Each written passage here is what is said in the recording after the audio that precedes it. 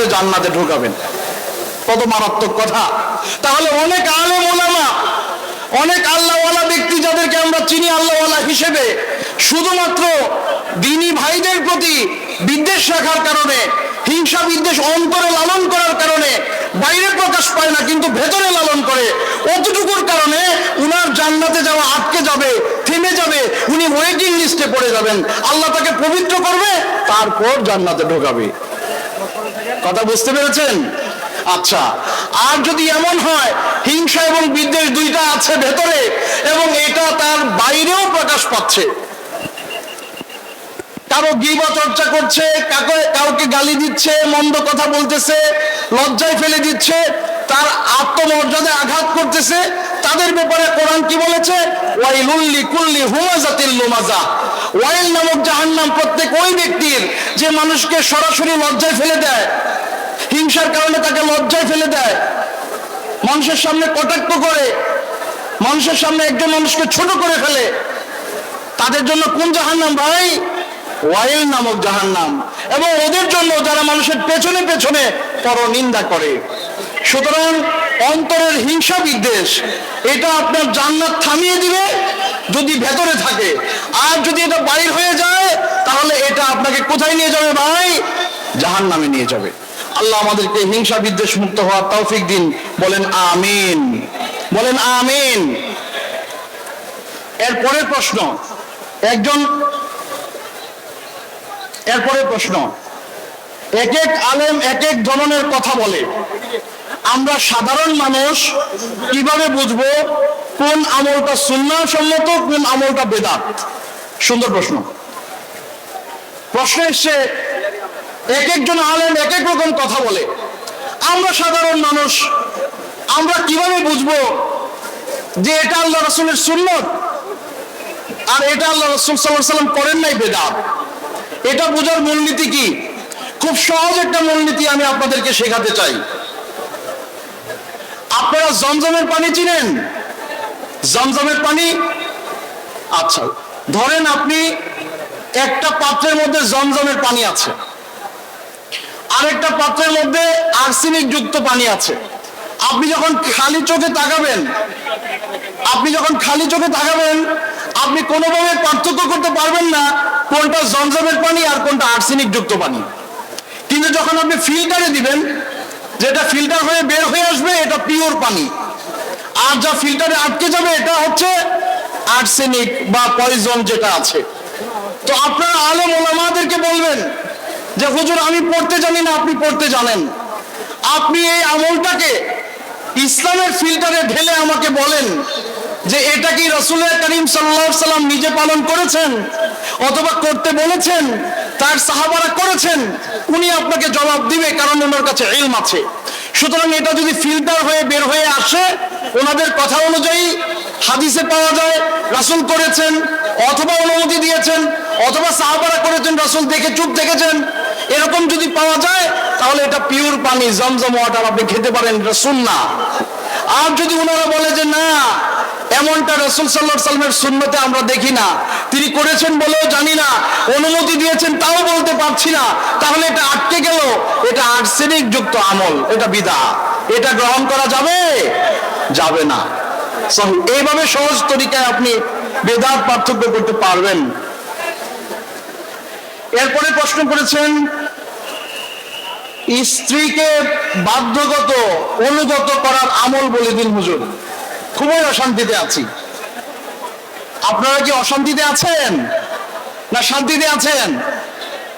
আচ্ছা, স্ত্রীকে কিভাবে বাধ্য করবেন, অনুগত করবেন? মুহাম্মদুর রাসূলুল্লাহ সাল্লাল্লাহু আলাইহি ওয়াসাল্লাম কি বলেছে শুনেন। আল্লাহ রাসূল সাল্লাল্লাহু আলাইহি ওয়াসাল্লাম বলেছেন, ইস্তাউসু বিন নিসাই খায়রা, ইস্তাউসু বিন নিসাই খায়রা। হে মানুষেরা, তোমরা নারীদেরকে খুব বেশি পরিমাণে নসিহত করো, ভালো ভালো উপদেশ দাও, সুন্দর কথা বলো, তাদেরকে ওয়েলিং করো। ফাইনাল মারআতা খুলিকাত মিন দিলা, কারণ এদেরকে পাঁজরের বাঁকা হাড় থেকে তৈরি করা হয়েছে।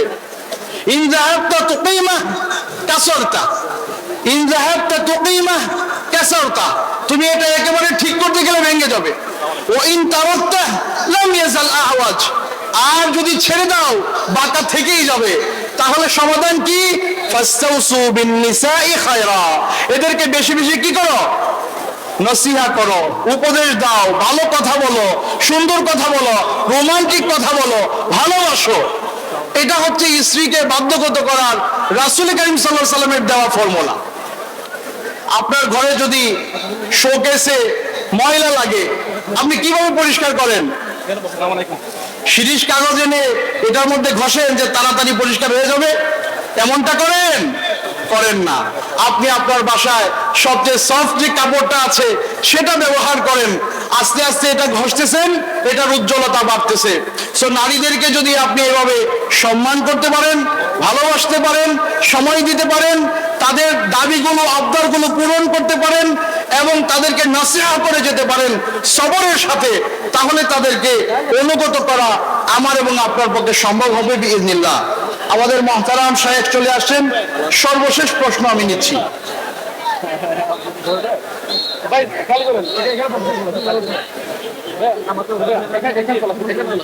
সর্বশেষ প্রশ্ন নিচ্ছি।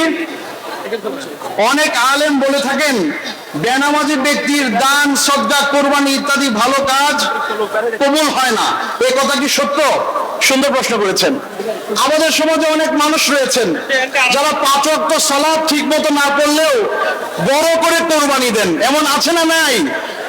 আছে। 5 ওয়াক্ত নামাজ না পড়লে কি হবে? রমজান মাসে তারাবি ঠিকই পড়তে যায়, এমন আছে না নাই? আছে। অনেক সমাজ কল্যাণমূলক কাজ করে, মানুষের জন্য দিল দরিয়া, কিন্তু 5 ওয়াক্ত সালাত ঠিক মতো আদায় করে না। তাদের ব্যাপারে মুহাম্মদ রাসূলুল্লাহ সাল্লাল্লাহু আলাইহি ওয়াসাল্লাম সত্য কথা বলেছেন। তিনি কি বলেছেন শুনেন, আউয়ালু মা ইউহাসাবু বিহিল আবদু ইয়াউমাল কিয়ামাতি সালাতু, কিয়ামতের দিন একজন ব্যক্তির সর্বপ্রথম যে হিসাব হবে আমলের, তা হচ্ছে নামাজের।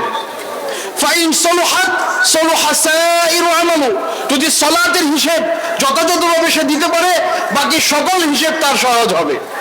ওয়াইন ফাসাদাত ফাসাদা সাইরু আমালু, আর যদি সালাতের হিসাব ঠিকঠাক না হয়, বাকি সকল হিসাব গন্ডগোল হয়ে যাবে। আমি একটা এক্সাম্পল দিয়ে আমার আজকের এই প্রশ্ন তো শেষ করতে চাই। আমার হাতে এটা কি দেখতে পাচ্ছেন? স্মার্টফোন। ধরেন আপনি স্মার্টফোনে জিমেইলে একটা অ্যাকাউন্ট ওপেন করতে চান।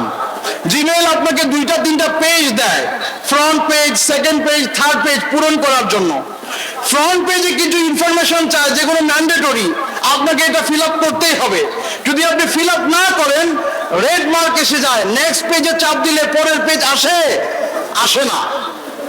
যতক্ষণ না আপনি ফ্রন্ট পেজ পূরণ না করেন, তাহলে আপনি আলটিমেটলি ফ্রন্ট পেজ যথাযথভাবে পূরণ করতে না পারলে second page, third page open হয় না, আপনি অ্যাকাউন্ট খুলতে পারেন না। কিয়ামতের দিন একজন মুমিনের জন্য ঈমানের পরে সর্বপ্রথম ফ্রন্ট পেজ হচ্ছে তার সালাত। এই ইনফরমেশন যদি যথাযথভাবে ঠিক মতো না হয়, তাহলে পরে যাকাতের পেজ, হজের পেজ, উমরার পেজ, দান সাদাকার পেজ, এত বিশাল মাহফিলের আয়োজন, এর পুরো পেজই আল্লাহ ওপেন হতে দিবেন না।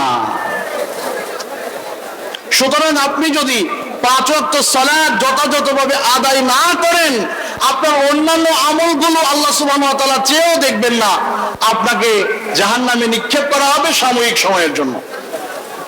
সুতরাং আমরা বলতে পারি যে আমাদের যত রকমের আমলগুলো আছে এগুলো শূন্যের মতো, ঈমান এবং সালাত এটা একের মতো। এটা ঠিক রেখে শূন্য দিলে 10 হবে, আরেকটা শূন্য দিলে 100 হবে, সহস্র হবে, লাখ হবে। কিন্তু আপনি যদি একটাকে মুছে দেন, তাহলে 1000 zero cannot make a one, শত সহস্র শূন্য এক বানাতে পারবে না। সুতরাং ঈমানের সাথে সাথে আপনার 5 ওয়াক্ত সালাত আপনার অন্যান্য ইবাদতকে কবুলযোগ্য করার জন্য জরুরি হয়ে থাকবে। আল্লাহ সুবহানাহু ওয়া তাআলা আমাদের সবাইকে কবুল করুন, আল্লাহুম্মা আমিন। এই আয়োজন যারা করেছেন, আল্লাহ সুবহানাহু ওয়া তাআলা তাদের মনের নেক মাকসাদ আল্লাহ পূরণ করে দিন। আমি বিশেষ করে দোয়া করছি মুহতারাম শহীদুল্লাহ সাহেব, যিনি মারা গেছেন আমাদের